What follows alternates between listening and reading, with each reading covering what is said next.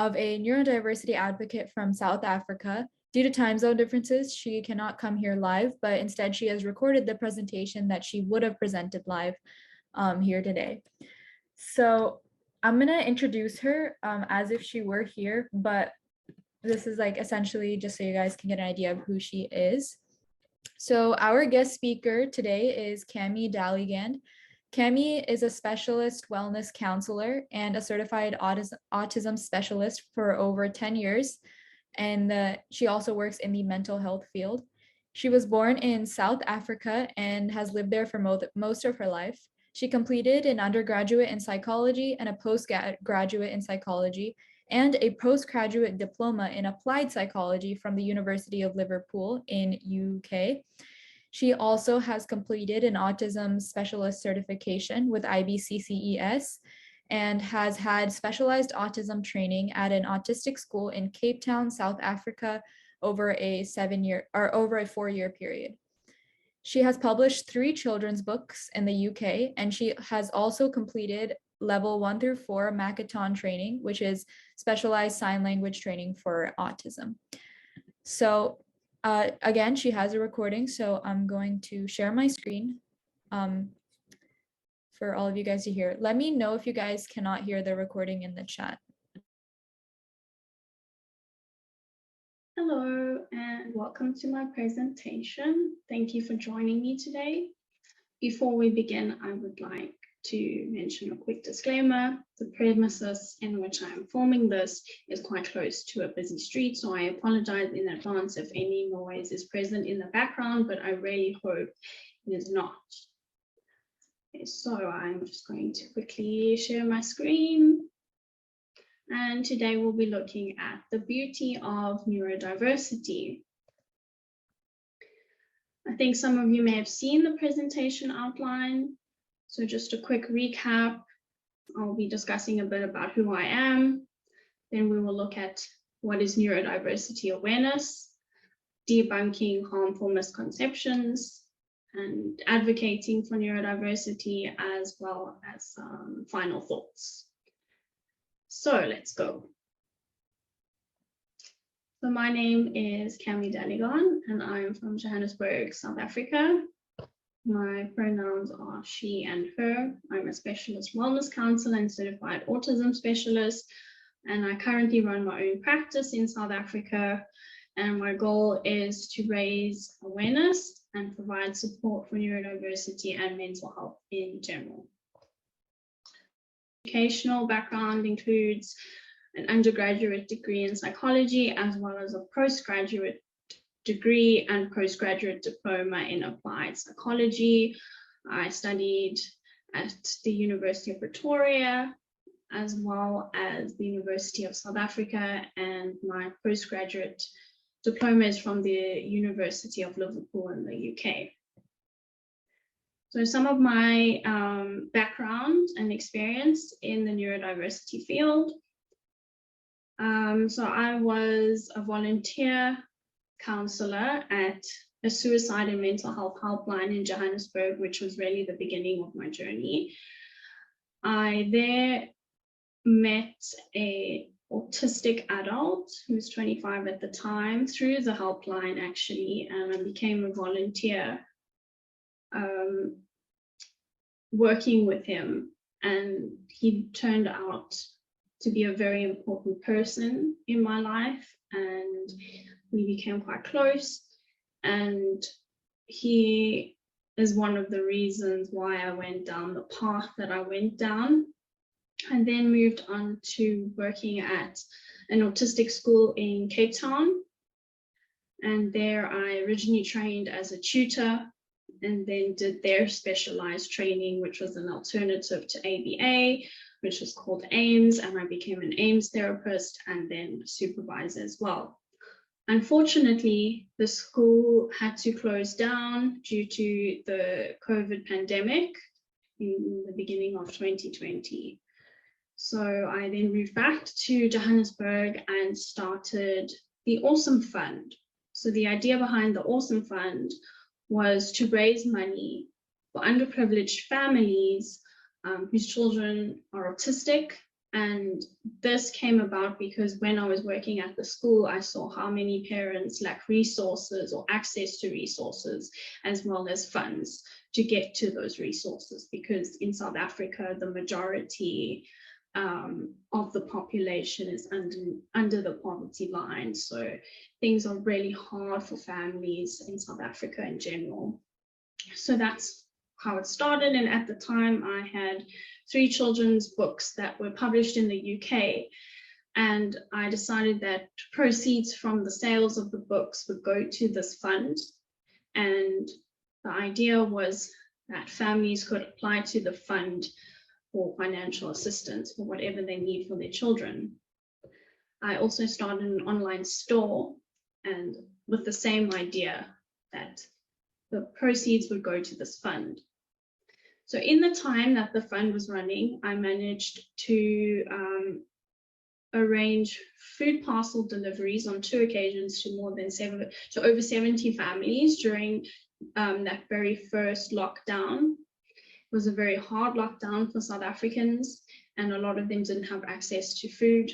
So that was really an awesome initiative. And I was very fortunate to have got the funding for that. I also put an autistic boy through school for a year and a half. And unfortunately, the fund and my store had to close because of the pandemic. So after that, I started my own practice, and I've been working on the RISE approach, which is also another alternative to ABA, which basically looks at the importance of the relationship between the professional, whoever the professional may be, whether it's a teacher or therapist or a carer, even a parent, and the person that they are working with, whether it's a child or an adult, or the person they're trying to support. The I in RISE stands for individual interests. So it's really, or intrigue. So it's really about looking at what the individual likes, what interests them, and trying to approach your educational or supportive program around the person's interests, because people are more likely, and children, adults and children are more likely to want to engage in something if they're interested in it. And I feel like that is where the education system is currently lacking. Instead of forcing someone to fit into a box, rather ask them what they like. S stands for strengths, which we'll discuss the importance of also throughout this presentation, but it's really important to use someone's strengths in an educational or therapeutic program. And the E stands for equilibrium, which is that is your goal as carer, supporter, educator, therapist, whatever it may be, is to try and help the person you're working with find that balance, find that equilibrium in life, and help them reach that point where they would like to be. And so I also started the Everything Autism blog after reaching out to the autistic adult community and asking them what they want to see or what they may need from a company offering support. And one of the items that came up was a platform for their voices to be heard. So that was something I could action right away. And so that's where the blog started. And basically all the articles include interviews with autistic adults on a topic of their choice. Okay, now we move on to neurodiversity awareness. So let's look at the definition first. So neurodiversity is an umbrella term to cover different variations of the brain. So basically just showing that brains are complex, and it just makes sense that there would be different variations and different people interpret the world in different ways. So I really like that explanation because it makes sense that we would have, different variations and that we're not all the same. And also the importance of neurodiversity is that the whole movement aims to, not push that idea that we need a cure, but rather we need accommodations and understanding. And how does that come about? That comes about with awareness.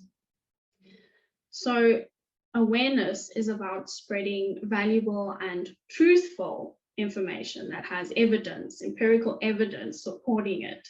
Regarding neurodiversity, a lot of the world does not fully understand it or doesn't actually know that the concept exists. So in order for people to understand and support other people, they need to know its existence and what it is.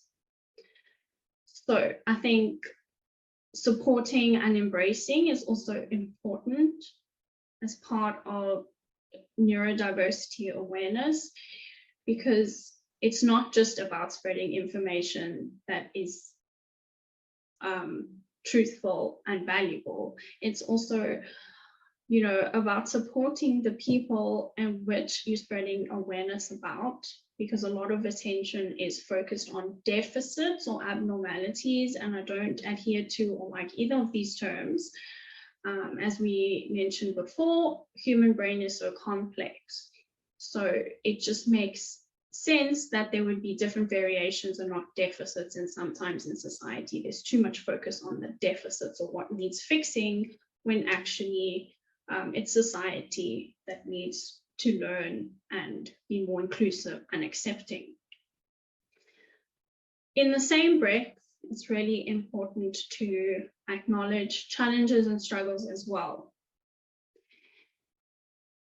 It is very, very important to not invalidate or underplay the real challenges and struggles that neurodivergent people face every day. However, we can do this in a way that doesn't dehumanize people, because not only neurodivergent people, but just mental health in general, people are almost marginalized or ostracized for being different. So, let's spread awareness, but in a way that is respectful. And so that's just an overview of the umbrella of neurodiversity. And there are also, some examples of neurodiversity that are not on here, but this is just a general representation. And this is my kind of overview of the beauty of neurodiversity.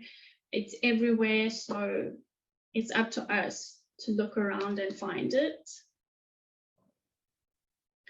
And so what do I mean by the beauty of neurodiversity? So I think it's important to look at 4 different areas when discussing this.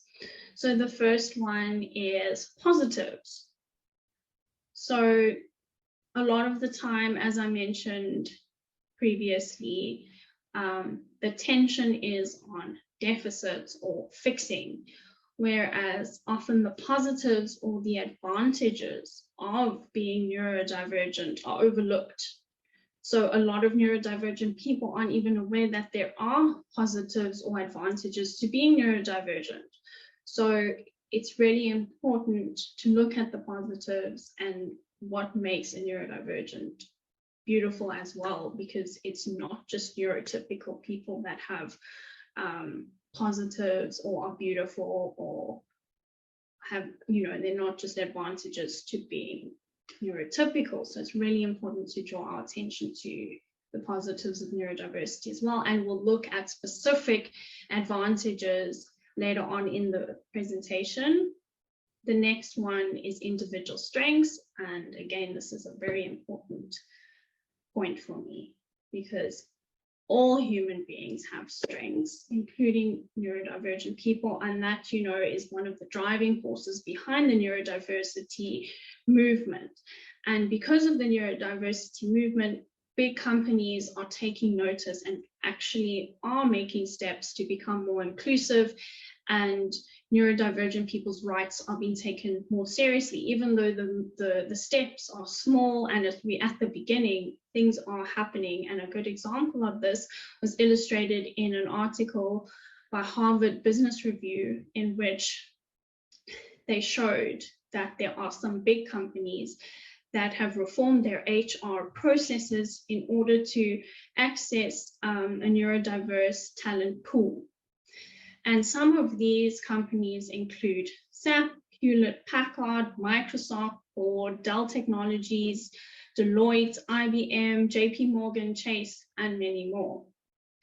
So the longest running initiative is by SAP, SAP, and it's been going for 4 years, and their manager already, says that they already can see the payoff of including a more neurodiverse employee pool. They've seen huge boosts in initiatives and in productivity, overall quality of the work improved, a boost in innovative capabilities, and increased employee engagement in general. So this is already showing the benefits of including neurodivergent people within the workplace and acknowledging their strengths and acknowledging what they can bring to the table.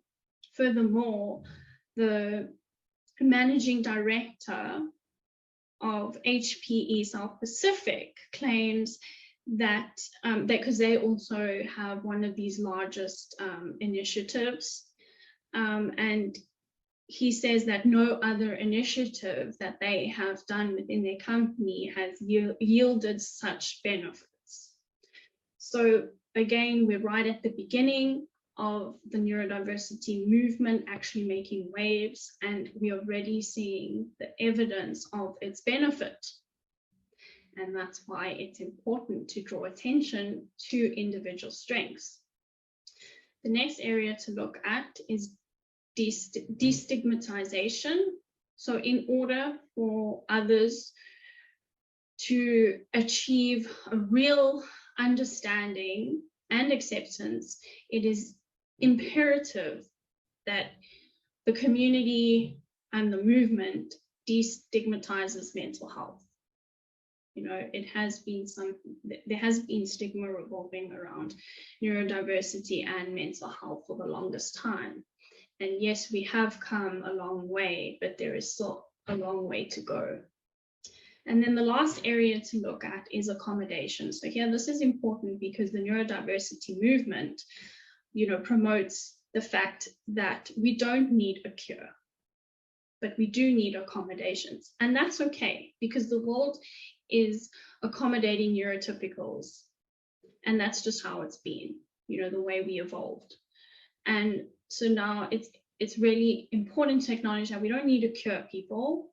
We need to make certain accommodations so that we can also adapt to the environment and reach our full potential. Because how are we supposed to do that if only one brain type is accommodated for? So if you need accommodations, it does not mean that there's anything wrong with you. Okay, so now let's look at some of the individual advantages. So today we're going to look at the advantages of autism, ADHD, anxiety, and dyslexia. Unfortunately, we don't have time to look at the advantages of all the different types of neurodiversity. So these are the 4 I've selected for today. So all of these advantages are supported by research. And so what are some of the advantages of autism? Studies have shown that some autistic people outperform others in auditory and visual tasks. Some are considered gifted and have higher intellect. Some have increased sensory and visual spatial abilities. Some have enhanced synaptic functions, and others have increased in attentional focus. This also applies to ADHD. So, you know, focus is one of the hardest things for people for humans in general, to whether you're neurotypical or neurodivergent, to sustain. Really, really hard. So hyperfocus is almost considered a super strength. So it is important though that like sometimes hyperfocus can lead to intense long periods of concentration, and sometimes breaks are needed, and that's important to acknowledge, but at the same time it is considered a power and a super strength.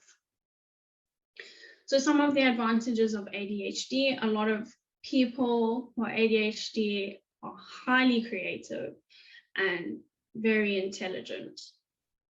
That's also, which we will discuss later on in the presentation, you know, there's a lot of like misconceptions or myths, and one of the myths revolving around neurodiversity in general is intellectual difficulties or intellectual disabilities, which is not actually the case. You know, people can have learning or intellectual disabilities whether they're neurotypical or neurodivergent. So another advantage of ADHD is an abundance of thoughts and ideas. You know, a lot of inventors in our world have had ADHD. They're also multi-talented and again have that hyperfocus. Entrepreneurial, a lot of people who are ADHD thrive in entrepreneurial environments and start businesses and initiatives and, you know, things like that. And increased attentional focus. Especially, sorry, I just want to add there, especially if it's something involving a particular interest, you know, that's where the attention can really be honed in and focused more so than, say, a neurotypical person. Some of the advantages of dyslexia: some process information from the visual periphery more quickly. They have good memory and excellent puzzle and problem solving skills. Again, great imaginations and highly creative, high intelligence and critical thinking. They can see patterns and process multiple thoughts at once, and multi-dimensional perception and superior reasoning. So, you know, often dyslexic people thrive in like the design or architecture field because of all these strengths. And, you know, I was actually discussing with a client of mine some of these strengths. They are dyslexic and they had no idea. They were just always, you know, in the mind set that everyone views dyslexic people as poor spellers, challenges with their learning abilities and intellect. And when I discussed some of these advantages with them, they were so shocked and they were like, oh yes, I actually can do that, or yes, that applies to me. And they actually, their whole perspective of dyslexia changed because they said they didn't actually realize how many advantages there were or never really thought about it. So that's also why it's important to spread this type of information so that people are aware of their own strengths as well, because some might not be. Some of the advantages of anxiety: even though anxiety can be really debilitating at times, you know, there are some ways to use anxiety to our advantage. So we can quickly react to avoid possible threats because you're almost, you know, more alert or more aware of possible threats. A lot of studies have shown that people who have anxiety are more empathetic and understanding of the issues that others face because of what they go through on a daily basis. That self-awareness, or an awareness in general, but also that self-awareness, you know, you are more aware in general of your surroundings, of what's going on, things like that, which you can use to your advantage. A lot of people are not as aware or not as self-aware, and that really helps with personal growth. People with anxiety tend to be more cautious thinkers, think decisions over more, which results in people being a bit more responsible or good at problem solving, and you know, all of these characteristics are good traits for leadership. So a lot of leadership skills as well. And again, I came across some research that indicated that a lot of people in leadership roles do experience some degree of anxiety, and that does play a role in how they got to where they are. And so now that we've looked at some of those advantages, let's move on to section 3, debunking harmful misconceptions. So what is a misconception? It is a view or opinion that is incorrect because it's based on faulty thinking or understanding, or more often than not, misinformation. Another way to refer to a misconception is a myth. So these are quite harmful, and again, reinforcing the importance of spreading valuable and truthful information, because if that's not happening, misinformation is being spread. So some examples of myths of neurodiversity is that neurodiversity is bogus, and that is really offensive, and it's not true. You know, again, there's a lot of research out there supporting neurodiversity. The neurodiversity movement does not recognize neurodivergence as disabilities, and again, this is a very big misconception. That is not true. That would be a contradiction to the movement. Of course, the movement acknowledges that, and the movement is very aware that people have certain disabilities or may identify as disabled due to the fact that the world does not accommodate their needs. So that is just a huge myth. The neurodiversity movement opposes all forms of therapy. Again, this is not accurate, as you know, there are a lot of alternatives to some of the harmful therapies, such as ABA. There are a lot of alternatives that have emerged that are quite beneficial, you know. So this again is not very accurate. And neurodiversity only includes autism. Well, we know that's a myth. The neurodiversity umbrella covers many different versions of neurodivergent people and not just autism. Some more examples of myths are that all neurodivergent people are the same, and this is not true either. All neurodivergent people are different and unique, just like all neurotypical people. And neurodiverse employees are unable to succeed in the workplace, as I illustrated earlier from that article from Harvard Business Review.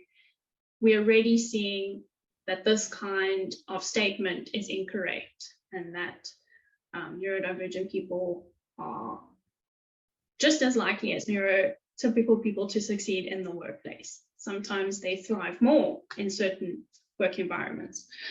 Neurodiversity is a mental health condition. So this is also a misconception, because neurodiversity itself is not a condition. As we know, it is an idea, it is a concept, it is a movement, it is so much more than just a condition. And it's not actually a condition. And men are more likely to be neurodivergent. So you see, this is a misconception that filters through to also specific types of neurodivergence, such as autism and ADHD and things like that. And that is only because of the research that has been available up to this point. research is becoming more inclusive, but for a very long time, research only include, middle-aged white males. So that is why the data that was yielded from many years of research of the same population yielded those results. So hopefully we'll see over the years when research becomes more inclusive of different genders and ethnicities, we will see different data and different results showing that that is not true. And this is unfortunate because a lot of people are overlooked and they go their whole lives not knowing about their neurodivergence because of this. So that is a very important myth to debunk. And why are these myths harmful? Okay, and then there I made a note to just mention that the myths exist for each variation of neurodivergence as well. So like there are so many myths about autism, dyslexia, ADHD, etc. But again, due to time constraints, I don't have the time to mention all the myths per each type of neurodiversity. So let's look at, in general, why these myths are harmful. So these myths lead to misinformation and false information being spread. A study shows that it actually affects learning ability. So people, if they're constantly exposed to misinformation, they actually are not able to discern what is real information and what is false. So that affects their learning ability. It's actually detrimental to the cause because it's doing the exact opposite of what the neurodiversity movement is trying to achieve. And this one's also very important because it invalidates individual experience, and that is, that it's taking away from the truth of a person's experience as a neurodivergent person, and that's something we want to move away from in society. Okay, and now we move on to advocating for neurodiversity. So what is advocacy? Public support for or recommendation of a particular cause or policy. So advocating. And so what neurotypicals should keep in mind when advocating for neurodivergence? Yes, some neurotypicals out there want to advocate and spread awareness, but it's very important that people keep certain things in mind. So the first one to look at is language use. Some people identify as disabled, others don't. Some people don't like to be referred to as a person with something, others do. It really depends on the person. So the language use is very important there.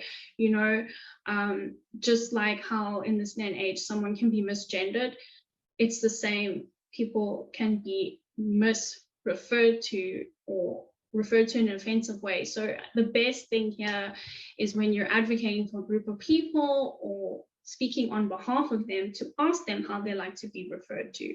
Do you like to be referred to as a dyslexic person or a person with dyslexia? How do you like to? Because there is a divide in the community. Some people like person first language, others don't. So that's really important. The next one is to avoid stereotypes and generalizations. There's that very common saying, if you've met one neurodivergent person, you've met one neurodivergent person. That originally was to do with autism, but it applies to all neurodivergent people. You can't say that, for example, one of the myths and misconceptions, that more males are neurodivergent. So there again, avoiding those kinds of stereotypes or generalizations, and to not make assumptions when you're advocating. Rather, do the research and find out the reality before promoting any kind of information. And there again, this leads to thorough research. Do not share misinformation. If you share misinformation that is actually achieving the opposite of advocacy and kind of makes what you're doing redundant. So that's very important, is to do research, speak to the community. When you're spreading information, make sure there is empirical or scientific evidence to support that information. And that's the problem with the internet, you know, these days. It's so easy for misinformation or uninformed information to be spread. Okay, and then another one is don't make it about yourself. A lot of the times you see these Instagram pages or groups on social media where you have a lot of people who are like, oh, my child is, or my partner is, and they're trying to spread awareness for that person or advocating for them, but it's always about how that is affecting them. So when advocating for another group, don't make it about yourself. You know, a lot of the time we do, this is quite prominent. Again, I don't want to make generalizations or stereotypes, but it is prominent and has been seen a lot with autistic moms who are advocates. They tend to make it about how they're suffering, because the reason I bring this up is because the autistic adult community has actually communicated this to me in a survey that I was running at a point, and you know, a lot of them feel that even their own parents made it about the burden of having an autistic child, and so that's not fair. Try to make it about the person or the community that you're advocating for and not about yourself. Ask the community what they need in terms of advocacy or awareness, and don't take away their agency. Also, don't make out that you're doing anyone any favors by doing this advocacy or awareness. You know, if you make the decision to do this or be a part of it, that's your decision. Don't make out like you're doing them a favor. I said here autistic adult example because, you know, I actually was guilty of unaware. I was unaware that I was being portrayed as guilty of this. So, for example, when I first started that Awesome Fund, I was doing a lot of awareness posts on Instagram and social media. And one of the posts that I did was, and this again is why it's important to do research and ask the community, but I just started, so I was kind of doing, you know, like seeing what other people were doing in terms of advocacy and awareness. And I tried to make a cute post that was had like an animation on it and said, throw your hands up in the air if you support autism awareness, or if you love an autistic person, something along those lines. And an autistic adult actually messaged me and said, this post makes me feel like a neurotypical posted it, and that why do neurotypicals always have to make out like they're doing us a favor by supporting us? So this really showed me and taught me so much and really opened my eyes as to how you have to really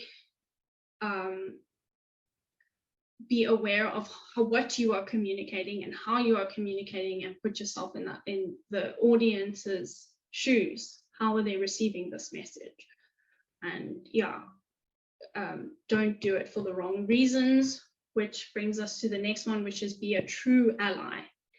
A lot of people, you know, we see it also with pride as well. A lot of people and businesses are like, okay, you know, this is trending at the moment, so let's just throw out posts about this, when they actually, they're not genuine. They don't actually mean anything to the person promoting it. So if you've decided you want to be an ally, actually be an ally. Actually, again, engage the community, find out what people really need, find out how you can be a real ally, and don't just do it for follows and likes and to promote your own business or brand or what image or whatever it may be. It's really important to, if you're going to go out there and advocate and spread awareness and be an ally, to be a real, genuine ally. And so that brings us to the end of the presentation. So I would just like to say a huge thanks to Neurodiversity Horizons for giving me this opportunity and for inviting me to speak. You know, this is something that is very important to me, and I think that overall the movement and what they are doing as an organization is very important. And thank you to all of you for watching my presentation. I hope you found it beneficial. And if you do have any questions for me or want to talk to me more about this or find anything out, you're more than welcome to contact me. Those are my details. And thank you again for watching my presentation. Bye.